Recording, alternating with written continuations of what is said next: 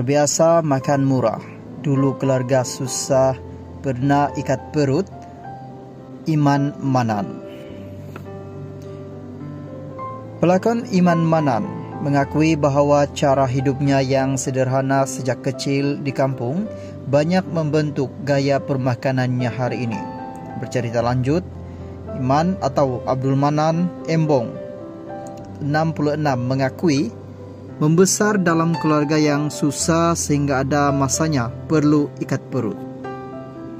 Namun bagi Iman, beliau tidak pernah menganggap kehidupan waktu itu susah kerana seluruh masyarakat ketika itu hidup dalam keadaan serupa. Sampai sekarang saya makan yang murah-murah, bukan yang mahal. Saya orang kampung, bukan daripada keluarga yang senang. Tapi ketika itu tak rasa susah, cuma bilang dikenang semula, begitulah.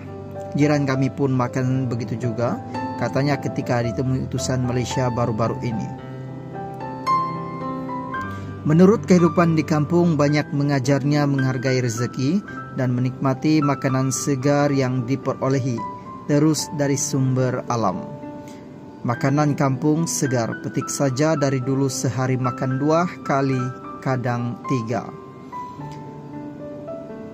Saya memang kurang ambil makanan segera bila bercakap tentang sihat. Orang selalu cakap soal permakanan, tapi satu perkara asas yang tak boleh dilupa ialah takdir.